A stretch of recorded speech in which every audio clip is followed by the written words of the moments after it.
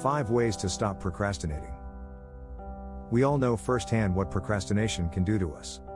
It usually occurs when we're faced with a task that we don't want to face, but then there is a voice within our head that tells us not to do it.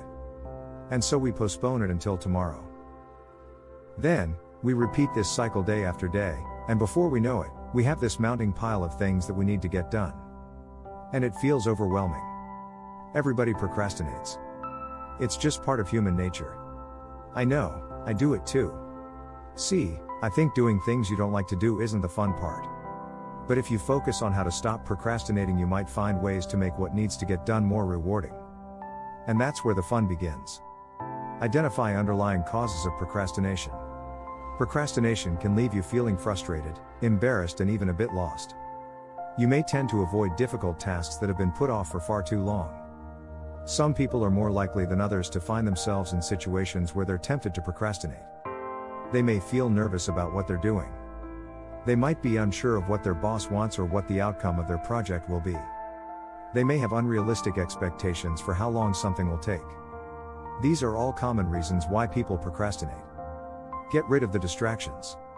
Once you've decided to start creating and making things, it might be hard to focus on your work without the distractions of the outside world. Here are 5 things that can distract you from creating. Social media. If there's a Facebook app on your phone, chances are you'll look at it. You may even post something on Instagram or share a photo with someone on Snapchat. These social media apps pull your attention away from your work, and they can make you feel like you're falling behind on it if you don't check them constantly. Check them less often and give yourself some breathing room to get into the zone of creating. TV.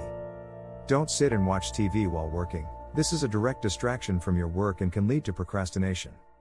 Instead, turn off your TV and go do something else until you're ready to get back to work.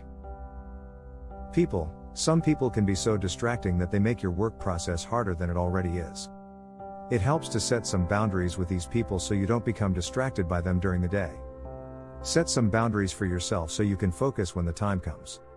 The internet. Even though the internet is a great resource when it comes to information, for many people it can be an uncontrollable distraction when they are trying to create something for themselves or others in their home business. If you're easily distracted online, consider blocking everything except for your work-related websites and apps. Your phone. You may think that having your phone nearby will help you create more, but in reality, having it too close to hand can distract you from what you're doing when working within an app or desktop program, or even while writing an email or text message. Set realistic goals and timeframes for completing them.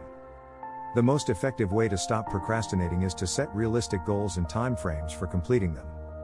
The more realistic your goals are, the less likely you will be to procrastinate. If you have unrealistic expectations for yourself, you are setting yourself up for failure. Do you aim to become a millionaire? Good luck. Then don't wait until you're 30 to start saving. If you want to be a good student, make sure the classes you choose will help prepare you for your career and give you opportunities for personal growth. If you want to be a competent parent, learn how to raise children and focus on what's important. Sometimes we procrastinate because we don't know when it's time to do something. That's when deadlines are useful. They force us to make decisions and take action even if we aren't in the mood to deal with things right then and there. Break big tasks into actionable chunks. We know the best way to get work done is to break it into smaller, simpler tasks and then work on each one until it is done. The problem is that we don't always follow this advice. We procrastinate instead of taking action on big tasks. By breaking a big task into smaller, achievable pieces, you can get more done in less time. For example, instead of scheduling all your gym workouts for one day or even 1 week at a time, you might spread them over several days or weeks. That way, you can get more exercise while still keeping up with your other commitments. Focus on what you want, not what you don't want. The most effective way to stop procrastinating is to focus on what you do want, not what you don't want. If you focus on what you don't want, your thoughts will go around in circles and you'll accomplish nothing. But if you think about the thing you do want, your thoughts start working for you. This works because it challenges our natural tendency to think about what we don't want, which usually makes us feel bad and therefore disengaged from the task at hand. Instead, focusing on what you want makes you feel good about your work, so it's easier to stay engaged and focused until you finish the project. In other words, if you're having trouble getting started on a project, or finishing it, try reframing your thoughts and thinking about what you do want, not what you don't.